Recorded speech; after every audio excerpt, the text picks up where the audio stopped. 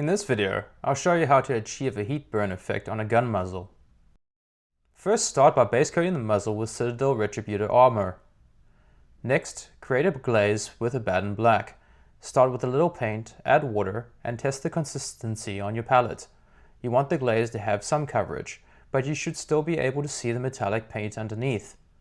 Starting at the business end of the barrel, glaze roughly the first quarter of the muzzle with black. We then glaze the next quarter with Cantor blue. Start about halfway into the black and move your brush down the muzzle, lifting it around the halfway point. This deposits more of the pigment toward the end of your brush stroke and helps blend the blue into the black. The next quarter will be glazed with magenta. I used Warlock Purple by Army Painter, but any similar magenta will do. Again, start about halfway into the blue and push the glaze down the muzzle, lifting your brush around 3/4 of the way down.